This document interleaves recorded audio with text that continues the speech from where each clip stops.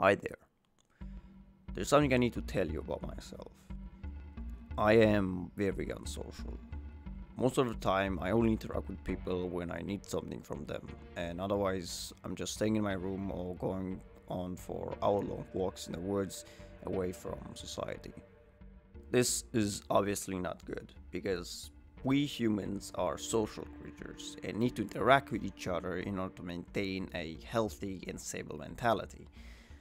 According to doctors, studies, and psychologists, whom I don't really trust because they were the same people who told me to take my meds in order to function properly. I never took them, however, and I'm perfectly fine. But I do want to try this human interaction thing to see what the fuss is all about, and I figure the best way to do so is to never leave my house at all and instead play all MMORPGs listed on Wikipedia. Yeah, about that. I recorded this intro way before I actually played the games, and I will not be actually finding the games based on Wikipedia, since the majority of the games listed there are either dead, region restricted, or just don't work on Windows 11. I also had a rule that I'll play a minimum of 15 hours of each game. That's not gonna be a thing anymore, because the first few games that I played, there's simply not enough content, or the content is so boring and repetitive, I simply cannot put myself to play 15 hours of this. Right, that's about it. Let's just get into the games now.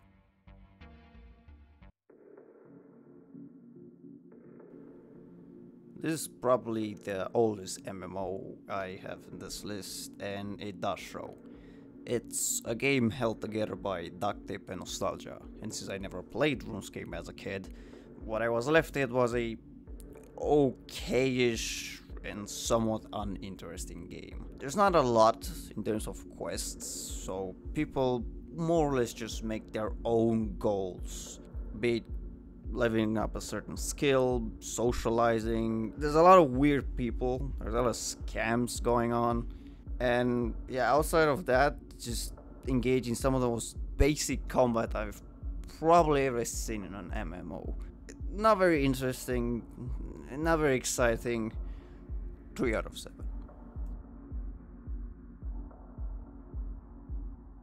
Warframe is similar to Destiny, in the sense that it's still a looter-shooter space wizard mambo jumbo. However, the difference between Warframe and Destiny is that Warframe is actually fun. The game has a melee and ranged combat system. Now, I played it mostly on the Switch, on and off throughout the years, so I mostly chose combat. However, even if I would have played on PC, I probably would have still chosen to focus mostly on melee, because it's such a satisfying thing to do in the game. The amazing animation work, the satisfying sound design, and the fluid stylish movement all combine together to make this incredibly cool experience. Warframe is cool.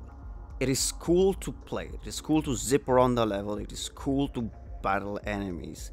Everything about this game is just cool when you're actually out there fighting. The big downside to Warframe is what happens outside. It's very confusing what and how you're supposed to do. Most of the time I didn't know how I'm supposed to progress. What am I supposed to do with all the skills and the weird attributes? Where am I supposed to go? Yeah, there is a terminal in your ship, but it doesn't really tell you what your next objective is. So you are in the dark as a new player. However, despite that, it's still very good gameplay with bad and somewhat convoluted systems, so 5 out of 7. Destiny is a first-person looter-shooter RPG, similar in gameplay to Borderlands, except your weapons actually do damage. It's a game full of paywall-locked content, absolutely abysmal DLCs, terrible weapons and gear which barely make a difference and have stats I still don't understand to this day, flashy animations, god-awful dungeons which force you to grind them in a week, otherwise they reset completely, generic uninspired story about I don't know, I never really paid attention to the story, and overall it's a game with a terrible user unfriendly experience. That's why I have over 100 hours in the game. 1 out of 7. Path of Exiles is probably one of the most monotone and unstimulative games I have ever played. Playing this game felt like I was back at my office job, where I do the same task over and over again. Each stage is the same goddamn boring garbage endlessly. And it's really a shame because the game has very complex systems when it comes to the loot. There's different gems which you can put on your armors and your weapons, which give you abilities, and you combine those gems together and you can link them so you have better abilities that work together. And there's items which can make your gear even better, giving you extra stats, and there's different kind of stats, each helping you in a certain way. And there's also quality, which improves the base stats of weapons. So the loot system, the loot itself, and everything around it is really well done. But the way you get to the loot, the fighting, the thing you do most of the time to get the loot, is so tedious. I played most of this game with one hand, and not because of fan service, but because the game never made me feel the need to do anything else other than spam 1 or 2 attacks and heal occasionally.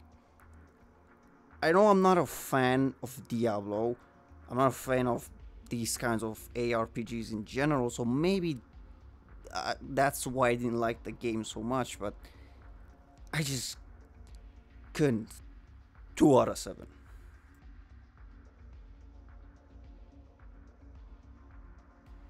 Fun fact, I only started playing Final Fantasy XIV because my friends convinced me to in order to build off my Destiny addiction. And honestly, I think it's pretty fun. It reminds me of older MMOs I played as a kid, such as Metin 2 or Cabal, which I will get to as well. The game has a very slow and overwhelming start. The typical boring run here, do this, come back mission, but it does pick up its pace very quickly.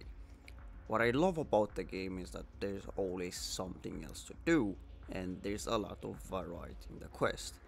Sure, you still have the quest where you just talk to this NPC, travel to this town, talk to this NPC, and that's the entire quest. But that's not all the time. Every quest is somewhat different. There's, as I said, a lot to do. The best way to explain it is, unlike the other games in this list, I didn't play Final Fantasy because I had to. I leveled up and kept doing quests because I wanted to. I wanted to level up. I wanted to do the next quest because it felt so satisfying. It felt satisfying to get things done. It felt satisfying to level up and unlock more and more content, to get better and better equipment. The dungeons, for example, are probably one of the game's highlights and are absolutely amazing. Everyone has their class, everyone has their job, and you have to work together as a community if you want to properly survive. And I like that. Reminds me of the Battlefield games, how they used to focus on coordination and cooperation before. Well, so to put shortly, Final Fantasy has good gameplay, good mechanics, and good handling. 6 out of 7.